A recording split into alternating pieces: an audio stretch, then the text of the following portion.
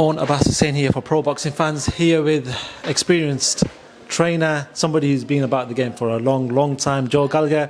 Joe, how you doing, mate? Yeah, not too bad, thank you. Lovely setup here, isn't it, at the Peacock gym? Absolutely fantastic. I've been to a fair few gyms, to be honest, but yeah, I've got to say this is up there with the best. Talk to me about yourself. How's life treating you? Yeah, good. Obviously, new season. We started off well. We had Marcus Morrison and Callum Thompson making his debut a few weeks ago on the Kieran Farrell show. And we've got a busy few months ahead. We've got some new additions to the gymnasium, and the gym's thriving, and we're looking forward to a good season ahead. Joe, quick sort of personal question. What keeps you going? What keeps you motivating? You've been around for a long time, had a lot of world champions. You've had, recently, very recently, you've had world champions in your stable. You seem to have done it all. What seems to keep you going? I don't know. I was on the mindset of, done everything, this and that, but it's just, I don't know what I feel. There's so much still to do. There's world titles in the Tasha Jonas, Paul Butler, Callum Johnson, Charlie Edwards now. There's British titles still in Jose Burton, Marcus Morrison, Mark Heffron, and I feel my work still isn't done yet, and I want to them to achieve what I feel that they're capable of achieving.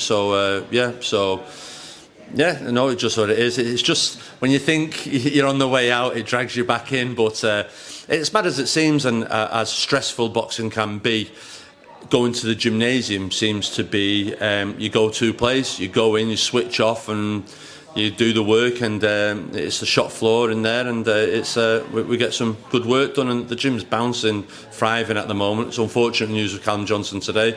That's been rescheduled soon, but no, it's 20 years. I was just saying to Steve Bunce there, 20 years this Saturday from the first time I was in a professional corner, and that was with Steve Foster Jr. making his debut at the Manchester Arena.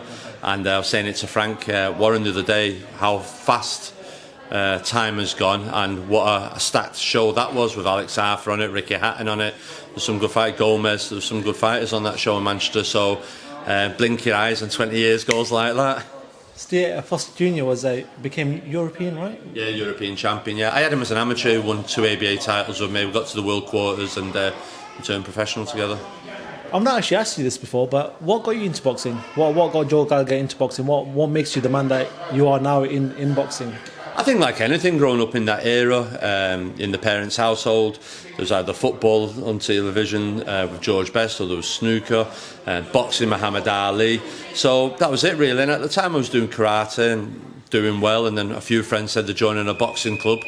So I said to my dad, I want to go to the boxing club, and that was it. Once you're bit, you're in, aren't you? So I was 10 years old, and that was it. So that was within Shafforum ABC, which is now known as Jimmy Egan's, and then 16, 17, I moved over to Moss Side ABC with Champs Camp and Phil Martin, and between both coaches, Jimmy Egan and Phil Martin, I learned an awful lot, and I've always continued to do so, and still remain learning and looking for ways to improve.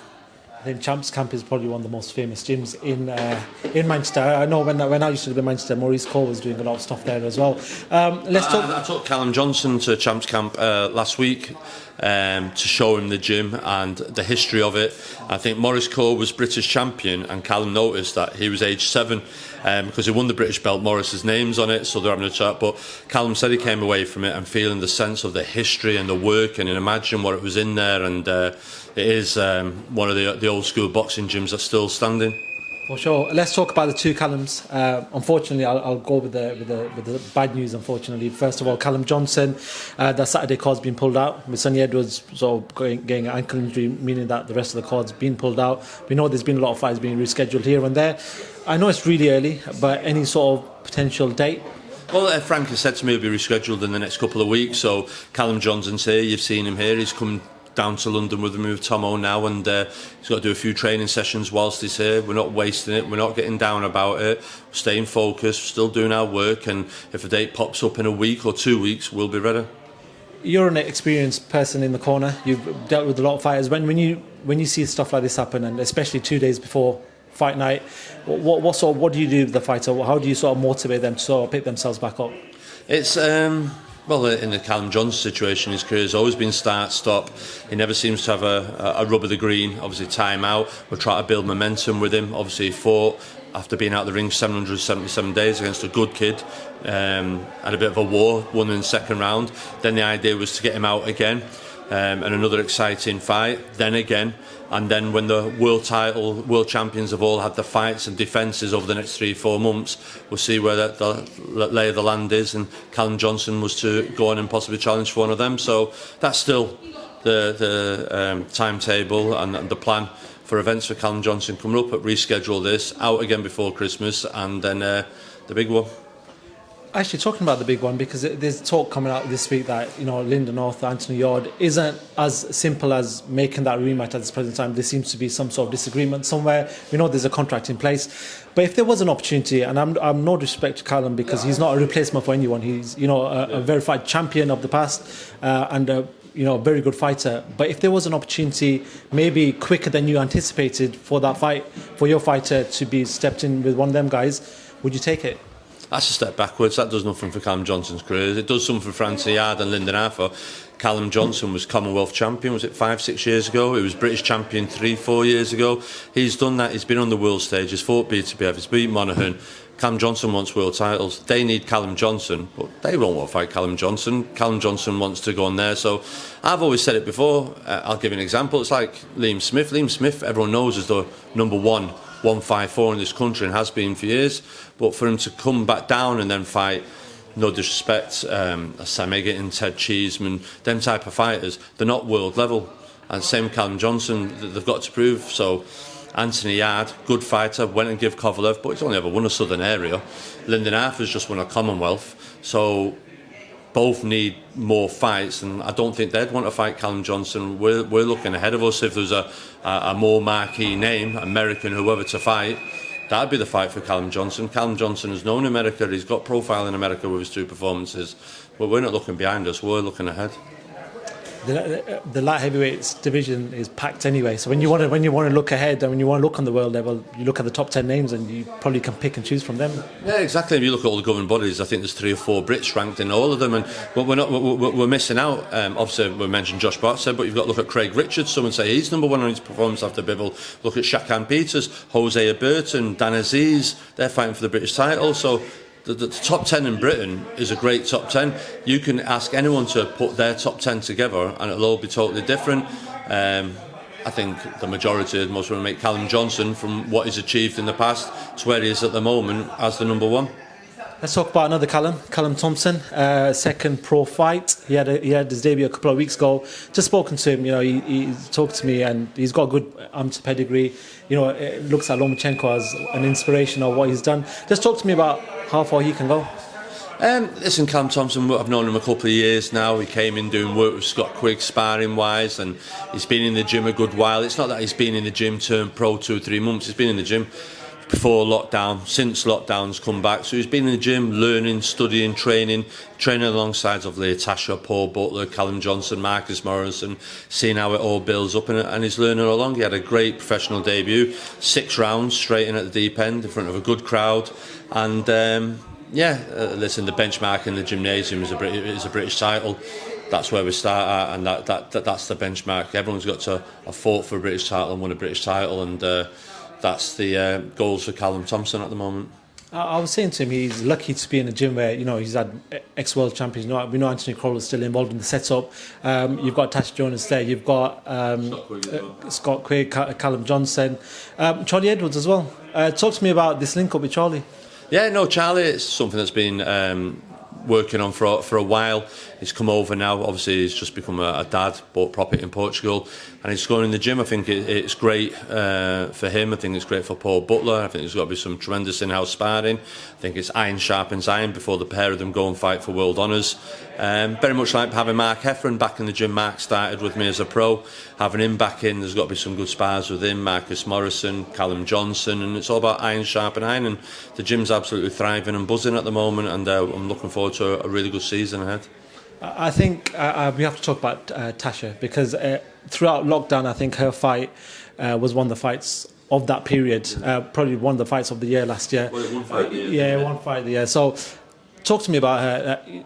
You know, female fighting has come a long way since about 5 years ago. Yeah. But how much is she sort of in the gym that other fighters look forward to, like Callum Thompson and the younger fighters that you have, how much of an inspiration is she to other fighters? Huge inspiration. Tasha Jonas and Callum Thompson and people in the gym will tell you, I'll pull Natasha out and use an example and say, Tasha, show them how to throw a proper jab, will you? Tasha, show them. So that shows you how far Natasha's come in the gym, that I'm pulling her out, saying, listen, that's how you throw a southpaw jab, that's how you do that. But Natasha, she's been like one of the very best that I've ever trained. She's very coachable.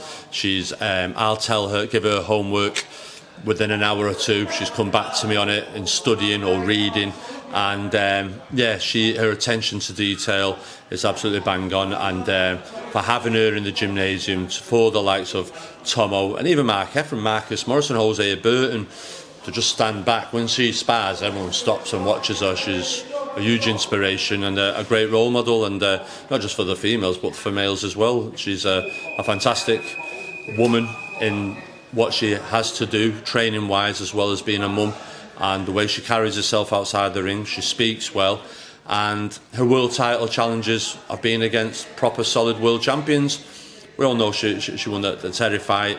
Katie Taylor, she was around on a scorecard from winning that fight. I'd love her to get that opportunity of a Katie Taylor rematch. It was the fight of the night last time. It saved the show, according to what everyone said on social media. Everyone always said they'd pay to watch that again. You seen Katie at the weekend. She fought. Didn't really excite anyone, did it? Fair play to Katie. She's an ambassador, but I think people would say pay to see that again, and that's what I want Natasha to get. Most probably, I heard Eddie Hearn saying, "Oh, Katie Taylor out again at Christmas before Serrano next year." Well, I'm sure if you asked Tasha Jonas, she'd take that fight of Katie Taylor at Christmas. 100%. Actually, just going off what you say, you said, you sort of gave Tasha Jonas homework. Is that something that you sort of implement in your fighters to go and study, become students of the game? Yeah, I'll send them opponents, I'll send them video clips, I'll send them stuff that we read, books to read, stuff like that. So I'll give you an example. I gave somebody some homework to go and watch the sparring. They came in and I said, right, you're sparring, blah, blah, and they went, I've not watched it. Well, how can we have a debate, teacher-student, if you haven't done your homework? So they went away, and then we had the conversation later on. Tasha Jonas is one that'll do that. I'll watch the opponent, come back and say, I'll do this, I'll do that. And I think Natasha's a bit... we joke because everyone says she's teacher's pet, because she has her homework in time first before everyone. I've not even got home from the gym and she'll have an analysis of it, of what she does. I film the people training of themselves, and they'll go back and say, yeah, I see what you mean now about my hand there and my feet here. And she's a perfect student. You just mentioned Scott Quigg then. What's Scott's involvement in the gym now? Scott's in the gym. He's got one or two fighters of his own. He comes in, he trains. He was down here with me in the corner of Callum Johnson in his last fight. So Scott's here, he's in Dubai, he's doing a bit of PT and work as well, but he's still involved in the gymnasium. He comes in, helps out, and listen, gives good advice. He was got to be here at the show this weekend, but he's been took to Greece training some rally driver or something. So yeah, Scott, listen, them people keeping their eye in, coaching and that, it just helps him deal with boxing, life after boxing. We know Scott was always a gym rat, somebody who dedicates. Yeah, no, he still is training. We see him in his thing. He must be getting asked all the time when's his comeback, because his trainers always still was a fighter. Just want to move away from your gym quickly. News broke out this week about Oscar Valdez failing a drugs test, and the controversy around it is he's still fighting. I've spoken to a lot of fighters today who are not happy about the situation. What do you make of the whole situation from somebody who's been involved in the sport for so many years and so much experience that you have? What do you make of the whole situation? I've always said this, and I've been on record of saying it from 3, 4, 5 years ago. If a trainer is training someone, he knows that he's taking him, we'll get rid of him. If the trainer is unaware and then it finds out, then the manager gets rid of them. So if the trainer isn't training a drug cheat, the manager isn't managing a drug cheat, a promoter refuses to promote a drug cheat, and television don't televise a drug cheat, or if someone has failed a test, then that's problem solved. But it isn't the case. You've got people who are failing tests, yet are still being trained, managed and promoted. So if the trainer doesn't know, at the end of the day, I can control my fighters for the 3-4 hours in the gym. What they go and do, that's it. But then if they're failed and they have to leave. But then managers and promoters, you see them all this week all coming out saying this and say that. But the same promoters have promoted people who have failed tests. And I seen Adam Calland from Fight Disciples come out and say something, and someone was quick to say to him, "Oh, you quick to Darren Valdez, but you weren't quick to because it was Dylan White." Yet the whole team of Dylan White, from what I gather, records and recall, is that everyone knew, even on the morning of the fight. But was it Rivas he fought then? Team never knew. But let's not mention that and sweep that there. But you want to give Valdez stick, so. It can't be when it suits. It's got to be straight down the line, and then with the WBC as well, their take on it. So I really do feel that television should take a stand, and I don't care what the promoters bring to the television. The television companies should run and say it's failed. Well, we can't promote that. We're endorsing it. We're showing people. Now, it was in the same week the poor girl lost her life, and what does it take? And we keep saying it. We keep saying it, and it will happen. Now, Valdez wins at the weekend. Listen, I'm a Valdez fan. He wins, but what if that poor fella goes to him? Who's going to take the blame? In the court of law, who's going to say, well, has the TV got to get sued? Is it the promoter? Is it the manager? Is it the trainer? Who's getting sued? Because that family have got to come and go gunning for suing, legally wise, for millions, because it's out there that he's failed. So who has sanctioned that? So it's all right, yeah, we'll let it go. But how you got to be in the court of law when you're up for most probably, would it be a manslaughter charge? I'm not sure, whatever.